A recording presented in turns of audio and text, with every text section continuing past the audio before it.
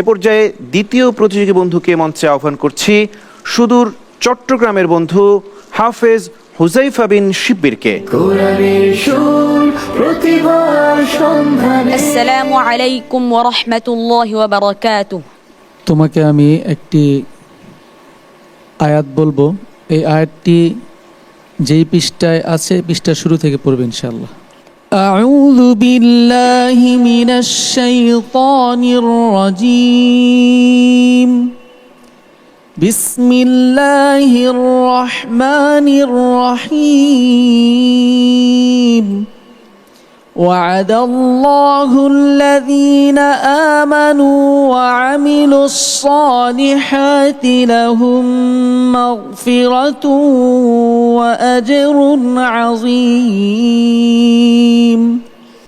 أعوذ بالله من الشيطان الرجيم. بسم الله الرحمن الرحيم.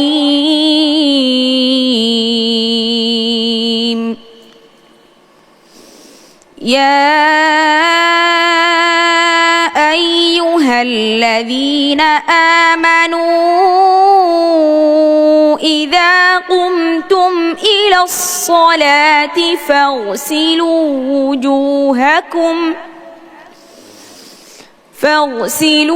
وجوهكم وأيديكم إلى المرافق وامسحوا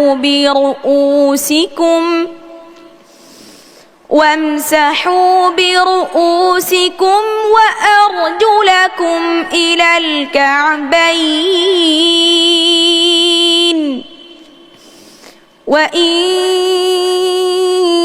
كنتم جنبا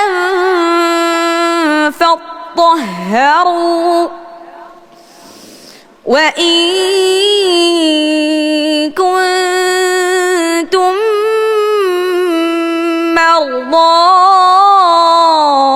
أو على سفر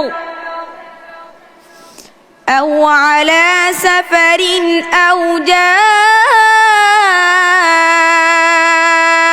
أحد منكم من الغائط أو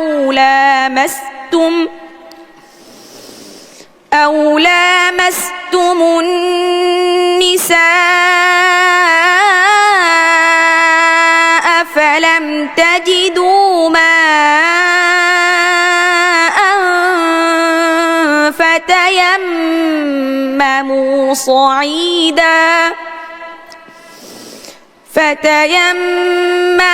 صعيدا طيبا فامسحوا برؤوسكم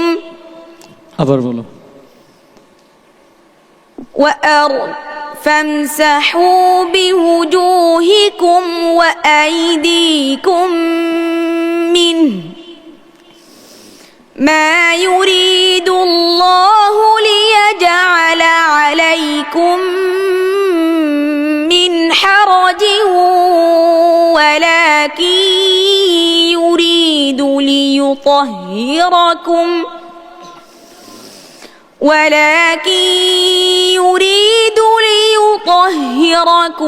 وليتم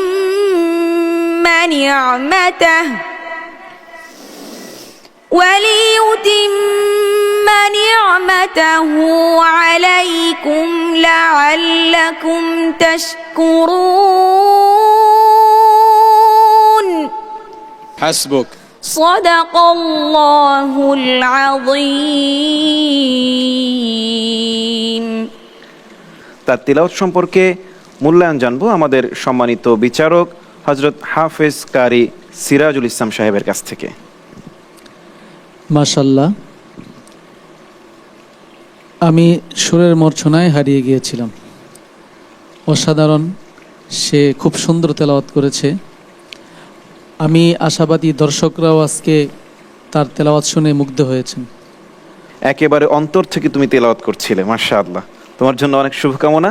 তোমার সম্পর্কে মূল্যবান মতামত জানবো আমাদের সম্মানিত অতিথি জনাব প্রফেসর আবু তৈয়ব আবু আহমদ সাহেবের কাছ থেকে। অপূর্ব তেলাওয়াত এবং সুর সব কিছু মিলে, এবং মনে হচ্ছে যে একটা মেশিন থেকে অটোমেটিক এটা বাইর হয়ে আসছে, এবং আমরা খুবই আশা করি সবাই এটা উপভোগ করেছেন।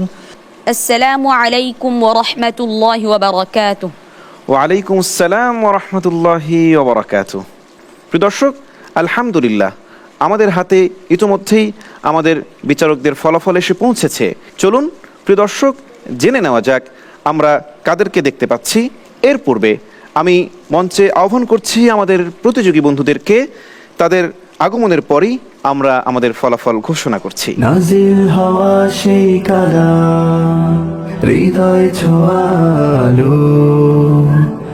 যে চারজন বন্ধু আমাদের সাথে যাচ্ছে পরবর্তী রাউন্ডে, তাদের মধ্যে চতুর্থ স্থান অর্জন করেছে তাজওয়ার ইসলাম রোহান। ফিরে আসি হৃদয় টানে।